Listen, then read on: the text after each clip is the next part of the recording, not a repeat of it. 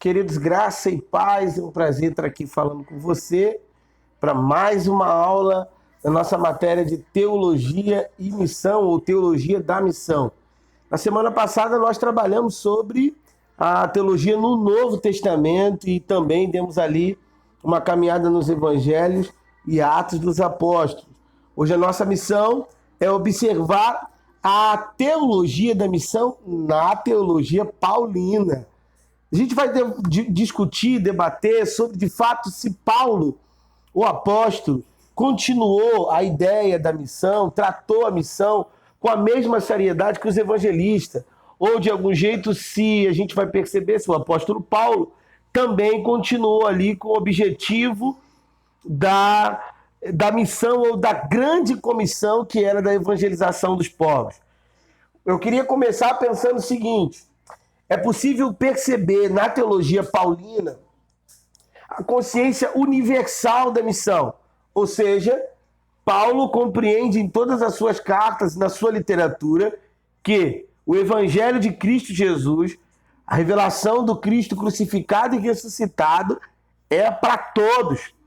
É possível perceber o apóstolo Paulo construindo um conceito ou trazendo a ideia do caminho aberto, propondo justamente aquilo que os evangelistas já haviam dito e o que o próprio Jesus, historicamente, também disse acerca dele mesmo, quando ele diz que ele é o caminho, verdade e vida, ou seja, e que ele é o lugar de todos os povos, ele é o ponto de encontro do reino de Deus, só se encontra Deus nele.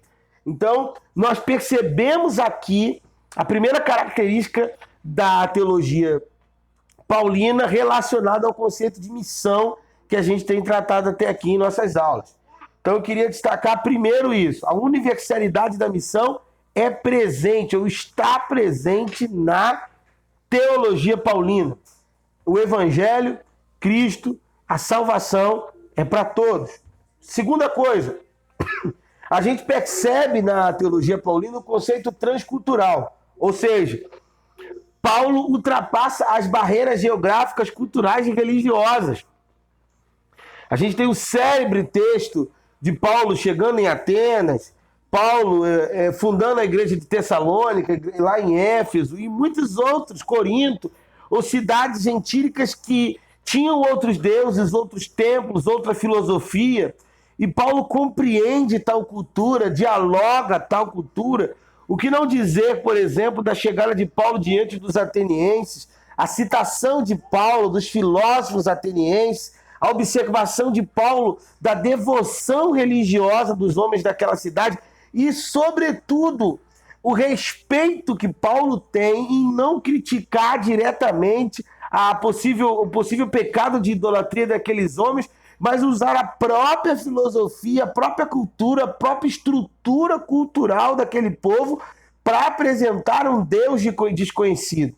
Então a gente percebe claramente o diálogo com Paulo e a intenção paulina não de subjugar a cultura e impor um proselitismo nacionalista, mas sobretudo de propor um evangelho que ultrapassa a concepção do proselitismo e propõe, nas culturas em que Paulo está dialogando, um poder transformador, porque é essa a definição que Paulo dá ao Evangelho, quando ele diz que o Evangelho é o poder de Deus que transforma toda a criatura. Então Paulo destaca isso com muita clareza.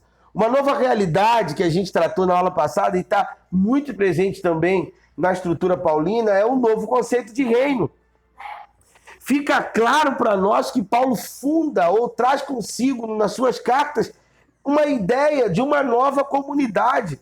E nessa comunidade, não é uma comunidade exclusivista, uma comunidade que as pessoas, para participar, deveriam circuncidar-se ou se transformar em judias ou seguir ali diretamente a Torá e a lei mosaica.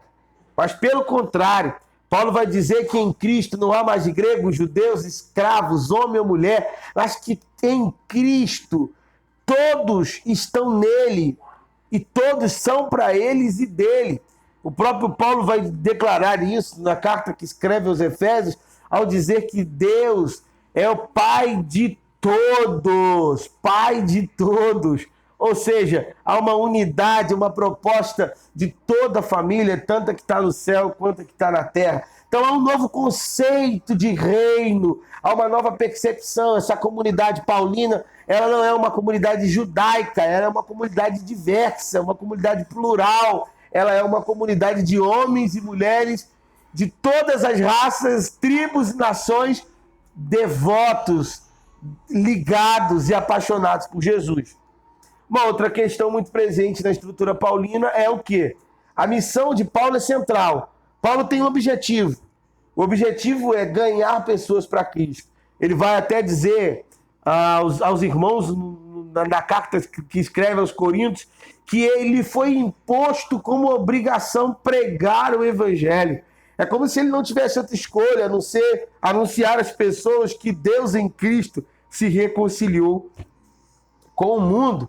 Então a gente percebe aí que a missão dada por Jesus à igreja está também muito presente de forma clara e até mesmo incentivadora na teologia paulina, como característica de uma missão universal, de um conceito transcultural, de um novo conceito do reino e de uma missão central. Uma missão universal é para todos. O conceito transcultural é ultrapassar as barreiras culturais, religiosas e geográficas. Qual é o novo conceito? Uma comunidade que comporta a pluralidade, a diversidade em nome da devoção e da obediência à vida e ao amor a Cristo. E, sobretudo, qual é a mensagem central? A mensagem central é entender a imposição que é dada a tal comunidade na pregação do Evangelho. Por fim, a gente percebe que, ainda que ele não tenha citado diretamente, ainda que não haja uma ordem como ide por todo mundo, pregar o Evangelho explícita nas cartas paulinas, é inegável a presença da essência e do conceito da grande comissão nas cartas de Paulo. É impossível não perceber que Paulo estabelece as comunidades de fé, as comunidades ditas cristãs, a obedecerem a Cristo, sobretudo, e sobre a consciência de que elas deveriam continuar a missão. E qual seria?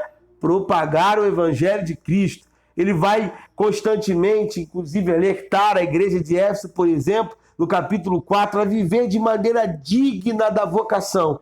Que maneira seria essa? Que vocação seria essa? Esse chamamento para anunciar Jesus como Salvador do mundo.